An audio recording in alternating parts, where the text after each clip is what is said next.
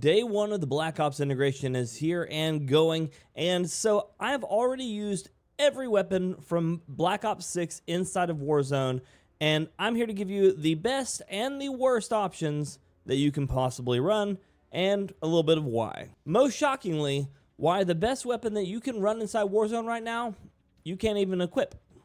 Yeah, you can't even have it in your loadout. Let's go ahead and get into some nuances and try to get you some answers. So we've got here all the weapons from Black Ops 6. You'll see the menus have now changed over to the Black Ops style menus.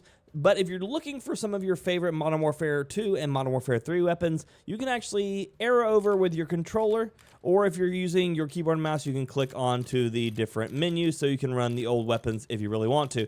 But we are in Black Ops era, so I'm going to talk about the Black Ops weapons today. Up first, in the AR sections, you're going to hear people saying the XM4 is meta. It is not. This is probably one of the most average weapons. Now, with that being said, it's very similar to how the M4 was. This weapon is going to do a little bit of everything, but not quite win at most of everything.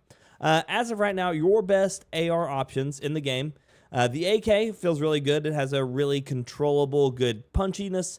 The GPR is the one that a lot of people are coming out right now to say is the absolute meta. If you are familiar with the Kilo from Warzone 1, or if you're familiar with some of the other low recoil, decent rate of fire weapons that have been meta over the years, this is very similar to that. This one definitely feels a lot more like the Kilo for Warzone 1 for me. So if you want to go ahead and start coining the new Kilo, this is probably going to be it, the GPR. The Model L feels very similar to the STG that we had back in Season 5. If you're a fan of the STG, you'll probably like the Model L. And then after that, the Krieg is going to probably come in and take over, I think, by the time it's all said and done. It has the punchiness of the Model L with a slightly faster rate of fire, getting closer to the GPR. I think this one's going to sit really well in the middle, and this is going to be a really reliable AR. So obviously, the new weapon is one of the best. Hooray! No one's surprised with that. The AS-Val works really well as a sniper support, and I think it's kind of its best right there. But we have some problems with that one. We'll get to that here in just a little bit. Goblin, if you are a fan of the old FAL from Modern Warfare 2019, this is a better version of the FAL. So if you are a trigger finger warrior, this thing might actually treat you pretty well. It's still going to sit closer to a sniper support than it is going to be reliably as a long-range AR because it still wabbles a little bit here and there. I would say avoid the aims. Most likely you're going to avoid the XM4 once you start getting into some of the other weapons. You're probably going to avoid the Goblin, and then for long range, avoid the AS-Val. Once you start getting into the SMGs, the C9's doing well for itself. It's pretty reliable. Again, jack of all trades, king of none. Once you start getting into the other ones, the SOG is really good for a fast rate of fire. Most everybody right now is leaning towards the PP19. This one doesn't have the best TTK, but a massive magazine, good movement, and just overall reliable damage over range. The PP19 is looking like it's coming out on top. You'll see it actually has one of the best ranges for the SMGs in the classes. The KSV, if you could control this thing, might be the one that ends up taking over. It's got a high rate of fire. It's got a good damage effective range, decent numbers. It's going to be hard to beat this one once people start dialing it in. So if you haven't already just sold your soul to the PP19, consider trying the KSV. This one may become a bit of a sleeper build until people start really realizing what's going on. The Tonto, high damage. If you wanted a close range D tier, this is it. So your three best choices right now, I'm going to say, are probably the KSV, the PP19, and the SOG. The Tonto is, although, really good for close quarters damage. The shotguns, there is the Marine, and there is only the Marine. The other shotguns from Modern Warfare 2 and 3 have been hit to the ground. The Marine is absolutely insane. This thing is a sleeper build, and it's going to absolutely dominate when people start realizing it. If you want to be on the forefront of this, run the Marine and the GPR, and you're going to probably be absolutely dominating. You could probably run the Marine and the Krieg as well. That combo is probably going to be a little annoying here before too long, so get ahead on it. PU and the XMG both are solid inside of Warzone. The XMG has a slightly better range. The PU has a slightly better TTK up closer. Both of them do feel a little hit marker cannon, despite the fact that they really shouldn't be. But you're getting a lot of hit markers, and that's going to come into the next point of all of this. But quite a bit of hit markers. The GPMG is an absolute garbage cannon. Avoid this thing for all its cost. The damage is low. The rate of fire is high. The recoil's weird. It's not worth it. When you get into the Marksman rifles, the SWAT 5.56 and the AEK are both burst, and they use AR ammo. Both of them are, the AEK is far better, the SWAT is absolute garbage. The Sarkov and the DM10 both use sniper ammo, which means they split this category. I think that's very smart.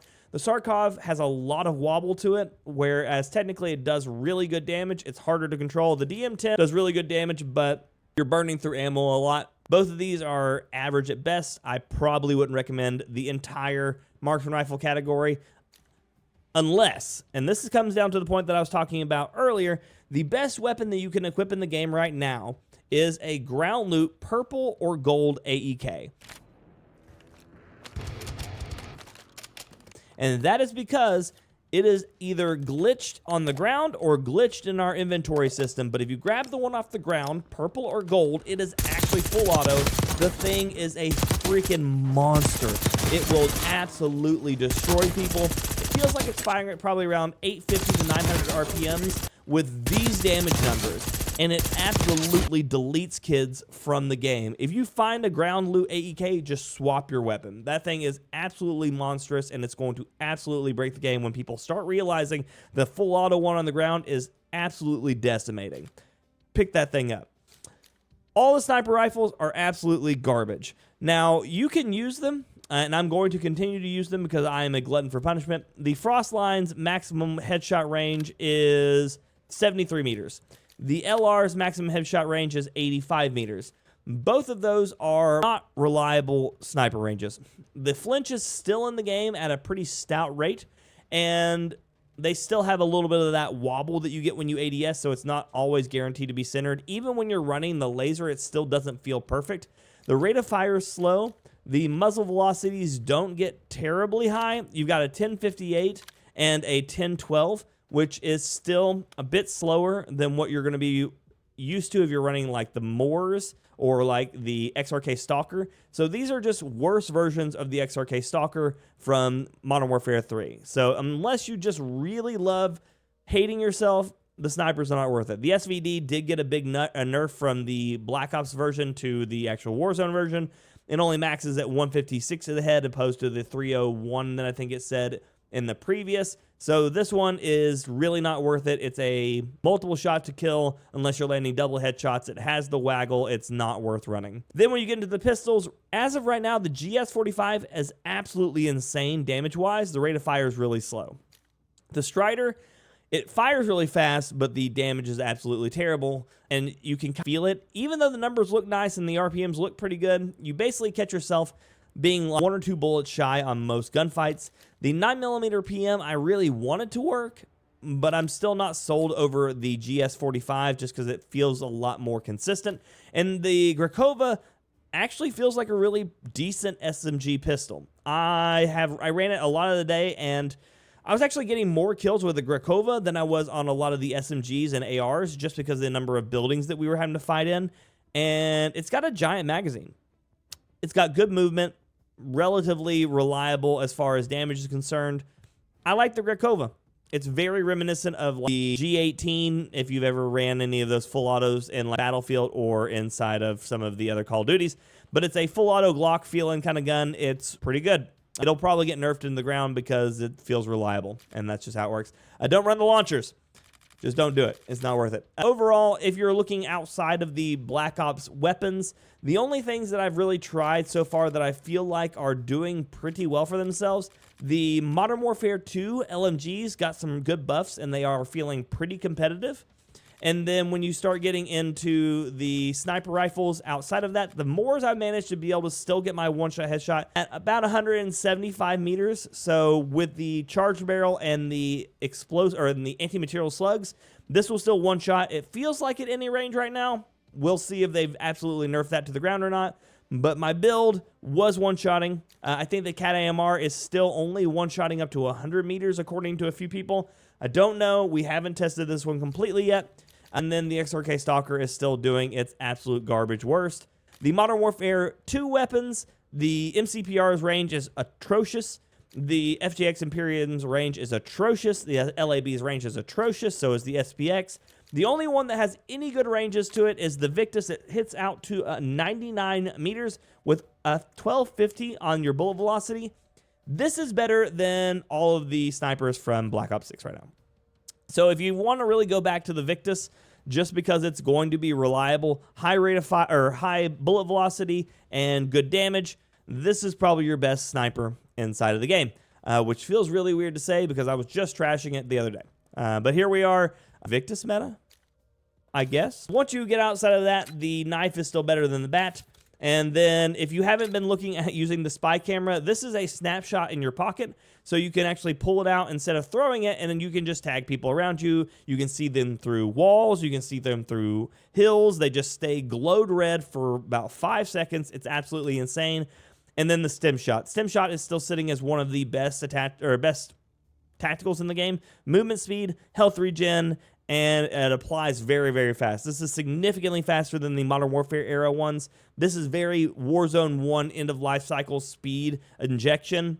Health regen comes back quickly, and with the variances in TTK with the close quarter fights being so fast, this additional 150 HP in no time is going to break gunfights for people. They're going to think that you're done. You're going to be immediately back to half health, essentially. 150 plus the 150 plates, you're down to 150 instead of 300 half health. Quick math. And so this is going to be an absolute abusive thing right here. The only thing that's going to stop this right now is shotguns. This thing, the shotgun, the Marine absolutely puts kids to the floor at any amount of low damage health.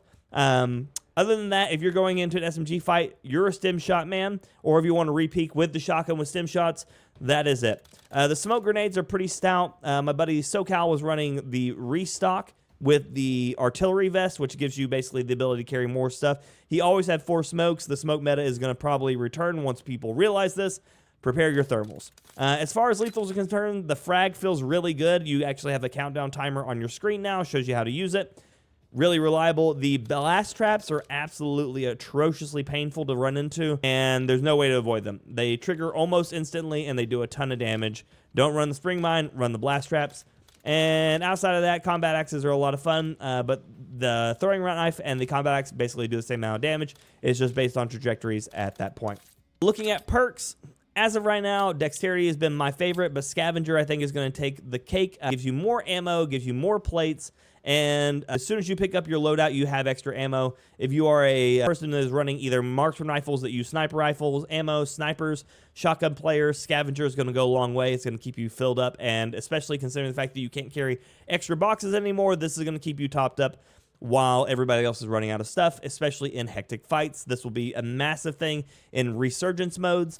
Other than that, you're going to be looking at Survivor might be really good to get you back in the fight, especially if you're going to run it with Quick Fix and Tempered.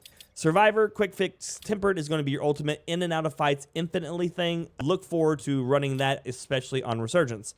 And then other than that, most of these are Bird's Eye. Ghost right now is a bit bugged. Do not run Ghost or Bird's Eye. It seems to be the fact that it's not always working. So you may want to consider running something like Gung-Ho, Resolute, or Alertness just for the moment, maybe Tempered. But Ghost and Bird's Eye are having some really awkward interactions that are not very reliable. Try to avoid that for now. But yeah, that's the basic rundown on all of this. If I was going to just recommend the ultimate class right now, I'm going to say probably Krig plus the Marine is going to absolutely dominate. But the Krig is brand new, so if you want to run something right now that you could have leveled up, the GPR-9 and the Marine, or the GPR-9 and probably the PP-19, this is going to be one of the most well-rounded, good damage, reliable over range, and big magazines that you can get. Run that in conjunction with probably, I'd say, the stim shot with frag grenades. And then you want to run Scavenger with Quick Fix and Tempered and get yourself in and out of fights, especially in this extremely quick meta right now. The guns don't kill it very fast, but the ability to get your health back is going to be more important right now because the amount of people that are sitting on top of each other, just tag teaming in fights is a lot, and so this is going to give you a little bit of an advantage to keep fighting between big mags, reliable damage over range, quick healing, and stims on top of it. But thank y'all for checking out this video. If you have more questions, feel free to leave them down below, as I would love to cover them in future videos. We're going to go through and do some more testing for the Modern Warfare 2 and 3 weapons to see if we can't find some more sleepers inside of all of this. And we have been streaming live Monday through Saturday, 9 a.m. Eastern Standard Time. And feel free to join us if you have any questions and you just want to have it answered, or if you just want to get to know the community. We have some really amazing people that come and hang out with us on the daily. But thank you all so much. Y'all have yourselves a wonderful evening. Good luck out there. And until next time, ladies and gentlemen, and everyone else, peace.